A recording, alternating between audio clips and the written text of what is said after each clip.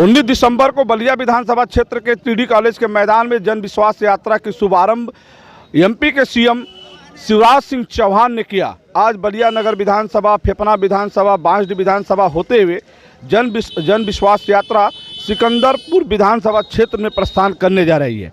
यही क्षेत्रीय नेता खासतौर पर सिकंदरपुर विधानसभा क्षेत्र से राजनीति कर रहे पूर्व जिला पंचायत सदस्य अच्छेलाल यादव अपने कार्यकर्ताओं व समर्थकों के बीच जन विश्वास यात्रा का स्वागत के लिए यहाँ खड़े हैं। आइए हम बात करते हैं जन विश्वास यात्रा को सफल बनाने के लिए ये अपने हिसाब से अपनी कैसी ताकत झोंकी है। आइए हम अच्छेलाल यादव से बात करते हैं। जी यादव जी, जी एक मिनट। सिकंदरपुर विधानसभा क्षेत्र में अच्छेलाल यादव की क्या भूमिका है, आइए हम बात करते हैं। जी खासतौर पे जन विश्वास यात्रा के स्वागत में क्या तैयारी? पूरी जनता सड़कों पर उमड़ चुकी है, फिर से योगी जी को उत्तर प्रदेश का मुख्यमंत्री बनाने के लिए, भाजपा सरकार लाने के लिए।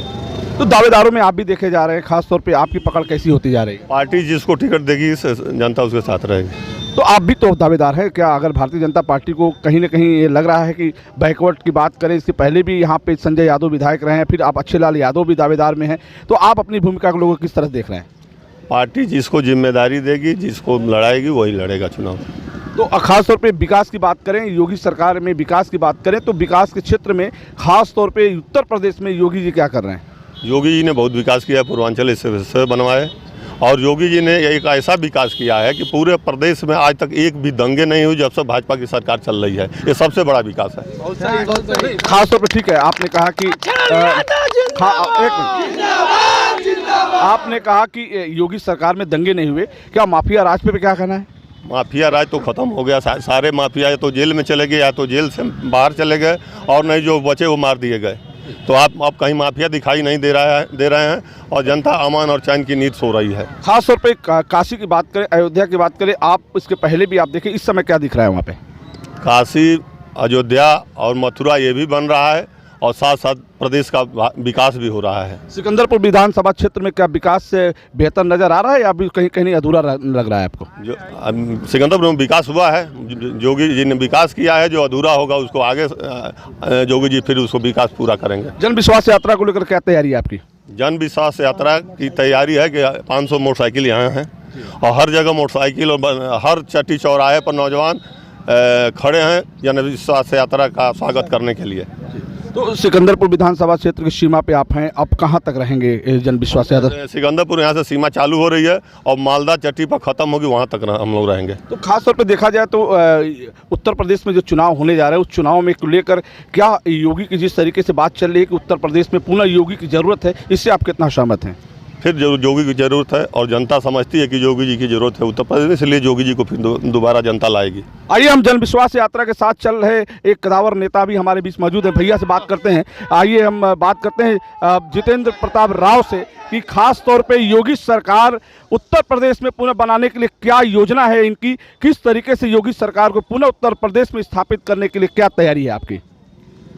ये जन विश्वास यात्रा जो चल रही है, इसकी एडवांस टीम का इंचार्ज हूँ मैं, और मेरा काम है आगे आगे यात्रा के चलना और देखना। जो प्रश्न आपने किया है, यह पूरा प्रदेश नहीं देश जानता है कि योगी आदित्यनाथ की सरकार माननीय मोदी जी के आशीर्वाद से जिस तरह से इन 4.5-5 सालों में विकास का काम किया, वो एक कीर्तिमान स्थापित किया है।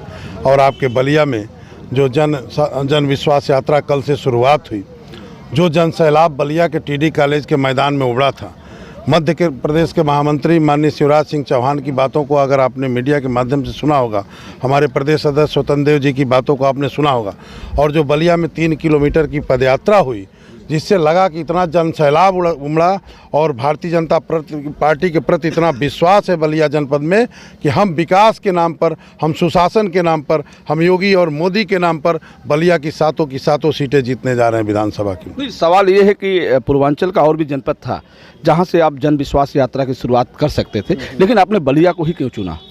देखिए, बलिया ऐतिहासिक धरती है, चित्तू पांडे मंगल बांटी की धरती है, बाबा भिरगू की धरती है। आपको याद होगा 2014 में जब सरकार बनी थी भारतीय जनता पार्टी की नरेंद्र मोदी के नेतृत्व में, तो सबसे बड़ी जो विश्व की सबसे बड़ी योजना उज्ज्वला योजना थी, उसकी शुरुआत नरेंद्र भाई मोदी ने बलिया से किया था। बलिया एक ऐतिहासिक दरिया बढ़ती, बलिया भारतीय जनता पार्टी के लिए शुभ संकेत है। और जो यात्रा के बारे में आप बता रहे हो, मैं बता देना चाहता हूँ कि आपकी जानकारी के लिए कि भारतीय जनता पार्टी अपने संगठनात्मक दृष्टिकोण से पूरे प्रदेश को 6 क्षेत्रों में बांटती है। और 6 क्षेत्र, चाहे वो काशी का क्षेत्र हो, अवध का क्षेत्र हो, पश्चिम का क्षेत्र हो, कानपुर का क्षेत्र हो, 6 क्षेत्रों में कल ही से यात्रा प्रारंभ हुई। कहीं मथुरा से प्रारंभ हुई, कहीं पश्चिम से प्रारंभ हुई।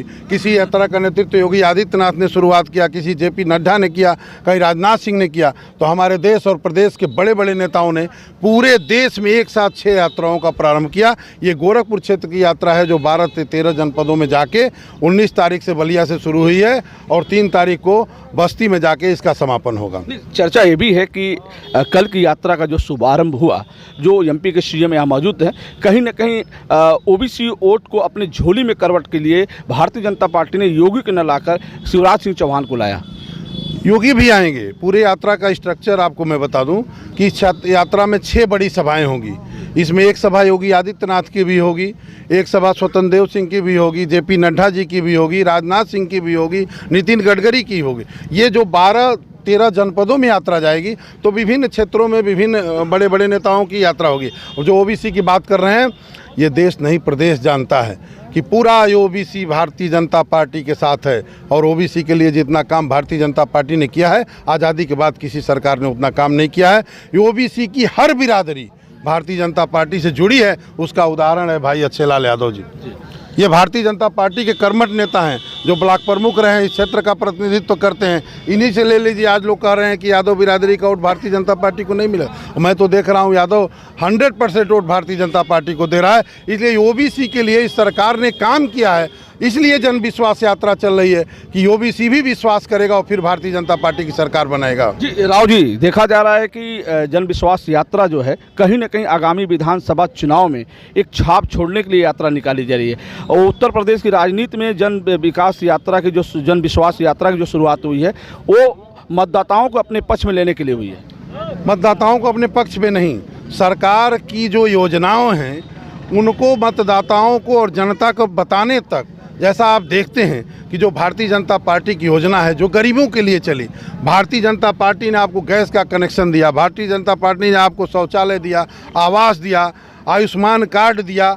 और आप बिजली की तार और खंभे जो देख रहे हैं, जो बिजली कभी देहातों में आती नहीं थी, आज गांव-गांव बिजली, 2 घर अगर 8 पोल भी लगता है तो पहुंचा के बिजली देने का काम करें। आज़ादी के बाद से जितना विकास भारतीय जनता पार्टी ने कर दिया, उस आधार पर भारतीय जनता पार्टी वोट लेगी। और आगे भी जो बचे हुए कार्य हैं, जब अगली सरकार फिर से बनेगी तो जो भी अधूरे काम है उसको भारतीय जनता पार्टी पूरा करेगी। जैसा कि आप देख रहे हैं कि सपा और बसपा की सरकारों ने जिस तरह से प्रदेश को लूटा, जिसके मालिक कभी अतीक अहमद और आजम खान से लेकर मुख्तार अंसारी जैसा माफिया रहता था, उनको समाप्त करने का काम भारतीय जनता पार्टी ने किया और विकास का काम भारतीय जनता पार्टी ने किया। खास तौर पे देखा जा रहा है तो मेरी यात्रा जी ठीक, उत्तर प्रदेश में योगी सरकार आएगी और हलचल मचाएगी। सवाल एक और है नेताजी, सवाल एक और है कि खास तौर पे कभी ओम प्रकाश राजभर आपके दल से जुड़कर सरकार में आए और 4 विधायक ले गए और मंत्री भी रहे। आज वो समाजवादी पार्टी से जुड़ के दावा कर रहे हैं कि अब योगी जो है उत्तर प्रदेश में पुनः नहीं आएंगे। देखिए, ओम प्रकाश राजभर न तो कांग्रेस जैसी पार्टी है न बसपा जैसी पार्टी है। आप इस प्रदेश में देखे हैं कि सपा और बसपा ने भी मिलकर चुनाव लड़ा है, सपा बसपा और कांग्रेस ने भी मिलकर चुनाव लड़ा है और वो भारतीय जनता पार्टी का कोई बिगाड़ नहीं पाए। ओम प्रकाश राजभर एक ब्लैकमेलर नेता हैं जिनका काम है राजनीतिक दलों को ब्लैकमेल करना, और वो ब्लैकमेल की राजनीति करते हैं। इसलिए इस क्षेत्र की जनता जान चुकी है कि ओम प्रकाश राजभर ब्लैकमेलर हैं। ओम प्रकाश राजभर से अकेले क्या होता है? भारतीय जनता पार्टी ने आप ही के बीच के किसान के बेटे सकलदीप राजभर को राज्यसभा में भेजा, आप ही के बेटे मऊ से विजय राजभर को विधायक बनाया, भारतीय जनता पार्टी ने अनिल राजभर को कैबिनेट मंत्री बनाया। हमने जितना राजभर को प्रतिनिधित्व दिया है ये ओम प्रकाश राजभर कभी नहीं दे पाएगा। वो आदमी झूठ बोलने का काम करता है। जो अपने भाषणों में कहता था कि हम कभी चुनाव नहीं लड़ेंगे, हम कोई पद नहीं लेंगे, वो चुनाव भी लड़ा और मंत्री का पद भी लिया और कल को कहेगा कि हम अखिलेश यादव को हटा के और मुख्यमंत्री बन जाएंगे। वो गठबंधन किए हैं जो बाद में लठबंधन में बदल जाएगा और उनका गठबंधन भारतीय जनता पार्टी को रोक नहीं पाएगा। वैसे वैसे ओम प्रकाश राजभर आते रहेंगे, जाते रहेंगे, भारतीय जनता पार्टी का बाल नहीं बाका। जितेंद्र जी, आपने कहा कि ओम प्रकाश राजभर एक ब्लैकमेलर नेता है, आपने कहा, तो फिर आपने पार्टी में क्यों लिया उनको? पार्टी में उस समय जब लिया गया तो ये जानकारी नहीं थी कि इस तरह का ब्लैकमेल करेंगे। ये सरकार में जब आई पार्टी और सत्ता में आए तो इनको सारा पद चाहिए, इनके सारे लोग मंत्री चाहिए, इनको कमाऊ विभाग चाहिए, इनको ब्लैकमेलर चाहिए। तो ये सब चीज़ें जब भारतीय जनता पार्टी ने देखा तो उनको बाहर कर दिया। क्या ओम प्रकाश राजभर कहीं भारतीय जनता पार्टी को नुकसान नहीं कर रहे हैं? कोई नुकसान नहीं कर रहे हैं। हमारे पार्टी में उनसे बड़े बड़े राजभर नेता हैं, वो जात की राजनीति करते हैं और भारतीय जनता पार्टी ने राजभर को इतना सम्मान दिया है, वो कोई नुकसान नहीं कर पाएंगे। उनका दावा फेल हो जाएगा। वो जनता जानती है कि वो एक दल बदलू हैं, आज इस पर है, कल उस पर है, 24 के चुनाव में लोकसभा में किसी और में चले जाएंगे, तो उनका कोई अस्थायित्व नहीं है। भारतीय जनता पार्टी को वो कुछ नहीं नुकसान कर पाएंगे। आप परिणाम देखिएगा, भारतीय जनता पार्टी बलिया की सातों सीट जीतने जा रही है। जितेंद्र राव का दावा है कि उत्तर प्रदेश के जो चुनाव होंगे उसमें 7 विधानसभा बलिया के वो जीतेंगे और ओम प्रकाश राजभर उनका कुछ नहीं बिगाड़ पाएंगे। अब तक की खबरों बस इतना ही। देखते रहिए बलिया आजकल। मैं रोशन जायसवाल, नमस्कार।